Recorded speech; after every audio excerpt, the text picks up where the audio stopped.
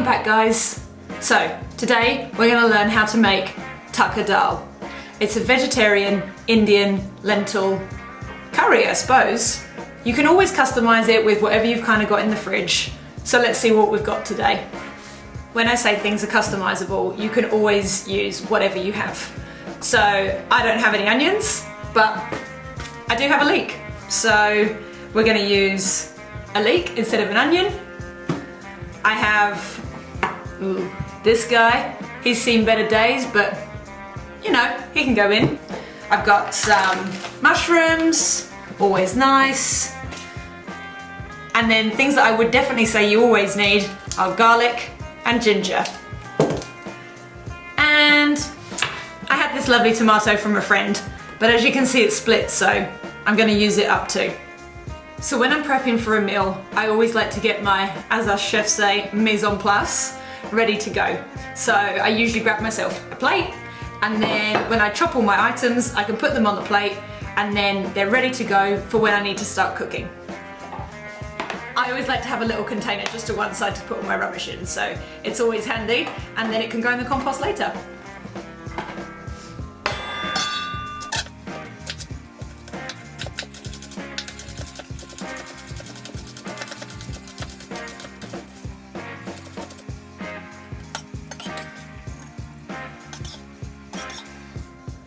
With your ginger, a good quick way to be able to peel it is if you use a spoon, because then you can get all of the skin off without losing any of the ginger. Like that. We'll save this for the compost. And then this guy, chop up finely. What's good to take this off and have an edge where you can lay it down, because then it's flat and sturdy and easier to use. And it won't roll around all over the place.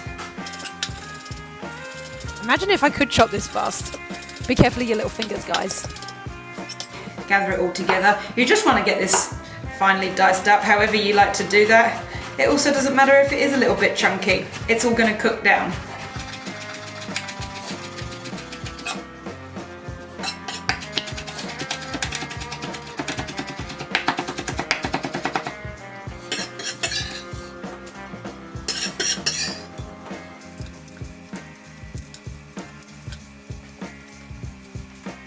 Next up, we've got Gary garlic. These are only little cloves, so I would say probably, 4, 5. I love garlic, so I don't think you can go wrong with however many you put in. You're going to cook it out anyway, so it's not going to taste too harsh. And with the garlic, as you can see, I just crushed it all with the back of my knife, which means it comes out way easier from the skin. Just like that.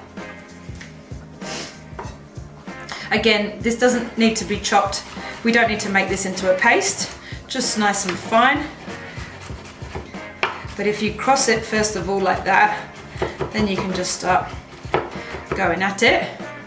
And a really good trick, you can add a little bit of salt, which gives it a little bit of abrasion. And then you can just crush it with the back of your knife.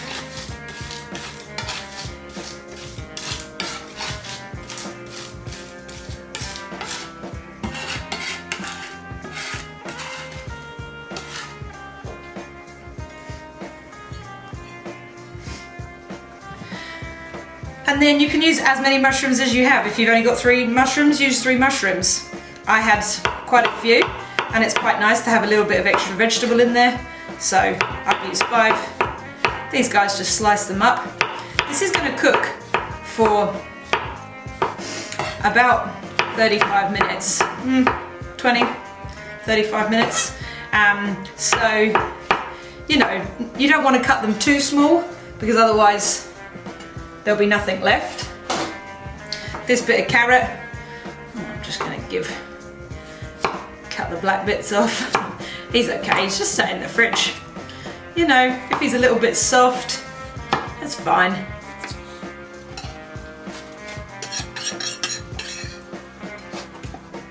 Again, with the ginger, cut it in half, give it a good flat surface to cut on, and then yeah, just gonna cut it into strips and cut it into chunks. None of this have to be perfect, you know. You just don't want to cut it too big, because if it's too big, it will take too long to cook, and we want everything to be all ready at the same time. And then this guy, I'm probably only going to use half of it as it's quite a big tomato. Save half for later. Cut this bit out. Oh, this smells like a great tomato.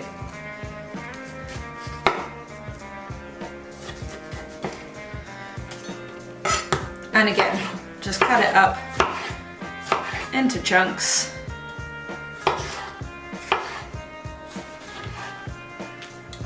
Like that. And I would put this one in a little container because it's juicy. And there's your prep. After 5 minutes, we've got leek, garlic, onion, carrot, mushroom, tomato. I always try and keep them separate too, because I'm going to use this half first. If I had a fresh chili, maybe I'd chop up some fresh chili, but I don't. So again, whatever you have, but it's all ready to go here and here. As you can see, makes it much easier if you have it all ready. And then the last items that you're going to need for this dish are some split red lentils, these guys. I like using these because they cook super fast, which means this is actually a really quick meal to make, especially like on a cold winter night. It's a quick, nutritious and delicious meal.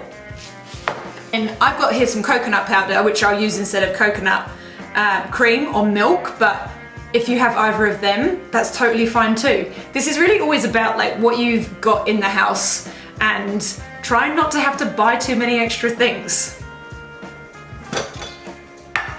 And then lastly, by no means least, your spices.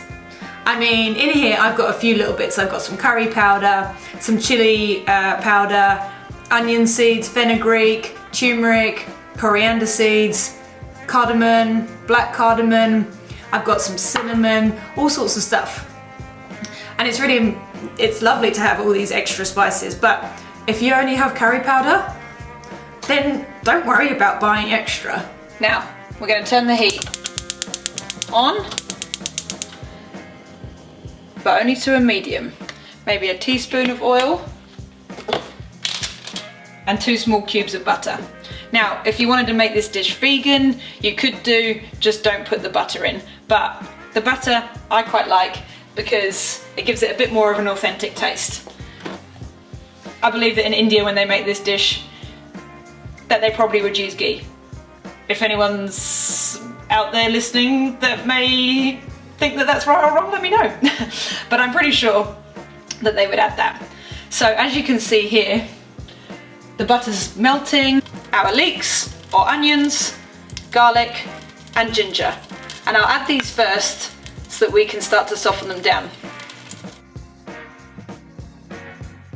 You want to make sure that when you're cooking this, you're not cooking it too fast at the beginning, because you want to sweat down all the vegetables and make sure they get all the flavour and they don't burn. And if it's too hot, they're going to caramelize, and then this isn't what we want from this dish. We want them to be low and slow, and we'll get all the flavour out of them. And as you can hear, it's sizzling, but it's not super hot. We want to keep it all around that sort of temperature the whole time while we're cooking this. So we're going to sweat these down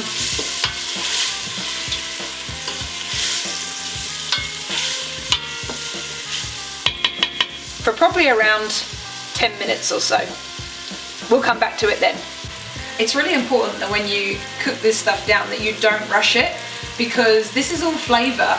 The longer you can sweat these aromatics at the beginning, the more sweetness it's going to bring out, the more depth of flavour it's going to have in your dish.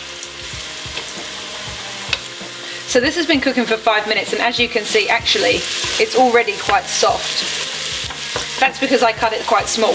If your onions or leek or whatever were chopped a bit bigger, then you may need to cook it for a little bit longer. But these guys look nice and soft, so I think we can go on to the next step. This is where I'm going to add my spices. I'm going to turn the temperature down a little bit, and we're going to put the spices in, and then we want to cook them out, and then we're going to add our other vegetables so that they're all going to get coated in that lovely spice mix.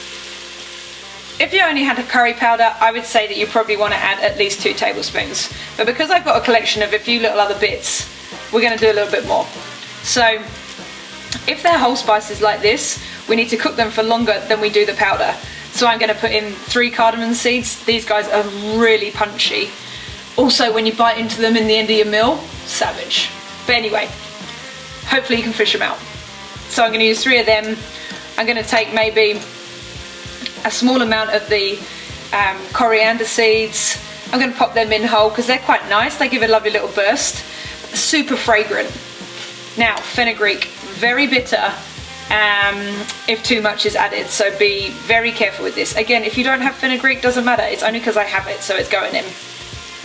And then onion seeds. I love onion seeds. Oh my god, the flavour of these things are great. They might be called Nigella seeds somewhere, but I call them onion seeds. I'm going to go for a big tablespoon and pop it in. I also am going to add a little bit of what's called acacia bark, but it's essentially cinnamon.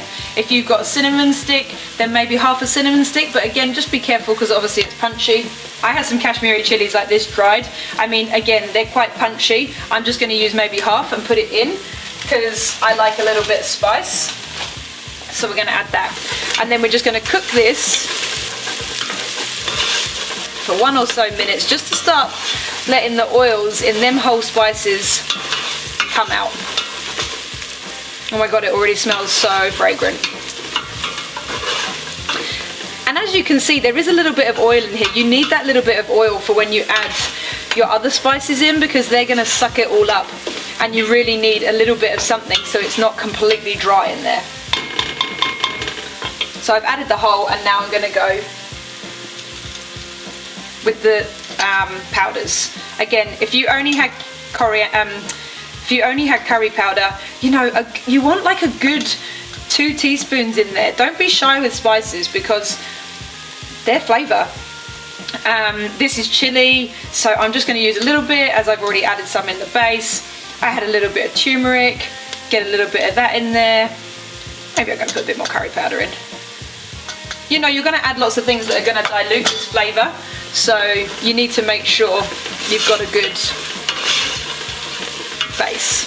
And there, see, they've kind of, all that oil's been soaked up by them spices, and then it's like bubbling away. It's cooking 1 minute, 2 minutes max, 1 minute probably, 2 minutes absolute maximum. We're going to cook them flavors out, but we're going to add a lot of other stuff that's going to dilute these, so that's why I say be generous with your spices. You need to have a little bit of extra in there. I'm going to add my carrot and my mushroom. Get them all coated in that lovely spicy flavour. And again, see, it's not too hot. You don't want this pan too hot. You just need it to be cooking. Because if it's too hot, everything's going to burn. You're going to burn all your spices. You're going to burn all that flavour that you've worked hard to get in there. And now look, all that oil's disappeared. It's soaked into the mushrooms. All that flavour is soaking into the mushrooms. And then we're just going to fry that for just 1 minute. You can hear that it's got dry in there. Oh man, I wish you guys could smell this. It smells incredible. And now we're going to add the tomato, but as you can see, this is wet, so it's maybe going to create a little bit of steam. Anything that's caught on the bottom, it's going to release it. And we're going to add that in and cook it again for another minute or so.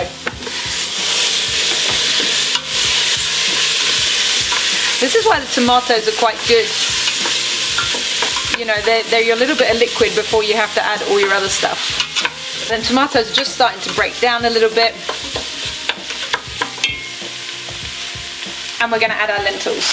I've got about 300 grams here. This is probably going to be enough as like maybe 2 just dinners of dal, or if it was going with something, a side dish to another curry feast that you may be making, then this would probably end up serving 4 to 6 people at 300 grams. So we're going to add that all in. Again, we're going to get all of them coated in that lovely spice mix that we've been making in the bottom. They can sizzle a little bit, that's okay. That's just them soaking everything up. Kind of like if you was making a risotto almost, you know, you kind of want them, to crack a little bit because you're going to cook them down anyway, and they're cracking slightly under the heat, which means they're taking on more flavour. I'm going to add probably about 1 litre of water to this. It may seem like a lot, but these lentils will really kind of plump up, thicken up, and they'll soak up all of that water quite happily. We may even need to add a little bit more, but I always think 1 litre is a good place to start. Again, I've just used water because I don't have any stock, but if I had some vegetable stock, you could add vegetable stock in the same way, just add it in. Or if you had chicken stock, you can add chicken stock and do the same thing. It's just whatever you've got. Like I said, sometimes cooking is just about looking through the cupboard and seeing what there is. You don't always have to go out and buy all the ingredients. Either way, this is going to taste delicious. I will also add some coconut powder. Again, if you had coconut cream or coconut milk, you could maybe add half a can, but it's all dependent on how you like it. Like, if you want a really creamy, rich lentil dal, then you can add a little bit more. For me, I'm going to add 2 tablespoons of the powder. It's going to be enough. It's going to give that little coconut background, but it's not going to be too rich, it's not going to be too creamy. And then we're going to let that cook, boil and bubble. It's probably going to take about 20 minutes, but you've got to keep an eye on it because them lentils will start to soak up the water. And before you know it, they'll be sticking to the bottom of the pan, so you do have to keep a little bit of an eye. You may be thinking, gosh, that looks creamy from the last time we saw it. Classic YouTube fail. Didn't press the button. So, what happened from the last bit to this bit, we missed. Yay! You know, that's just how it goes sometimes, right?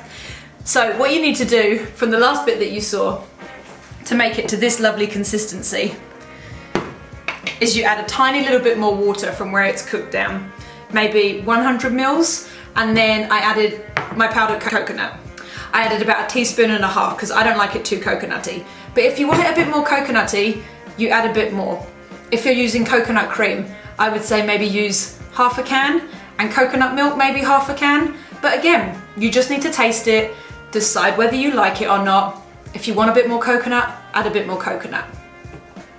And then we missed the most important part, the seasoning. Anyway, it's really important that you always add salt to what you're cooking. Salt enhances every flavour. So for this dish, I added a good 3 twists. If you're not sure about the salt, then add 1 twist, taste it. Does it taste nice? Does it taste like something I want to eat? If not, add a little bit more salt. Salt really is one of the most important ingredients you'll ever use in the kitchen. Let's get ready to eat. You're probably wondering, hey, why's Dale got new clothes on?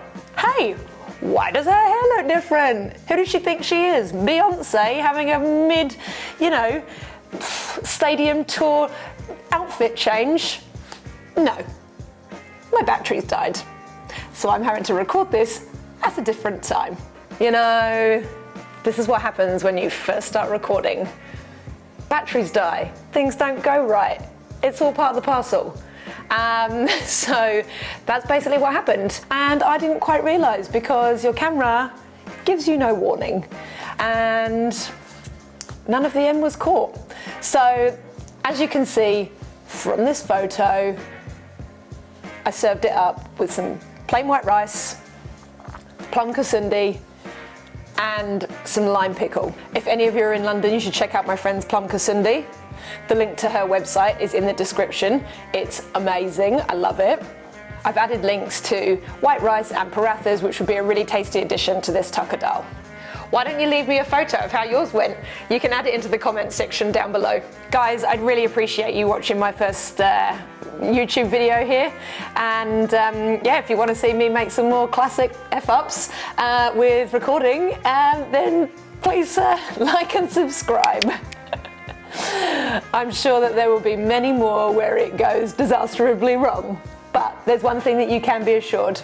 You'll learn how to make some delicious things here at Dishes with Del. Or you can maybe go to my website, www.disheswithdel.com, and there'll be some other extras on there. You should go check it out. Thanks again, guys. Really appreciate it. And we'll see you soon.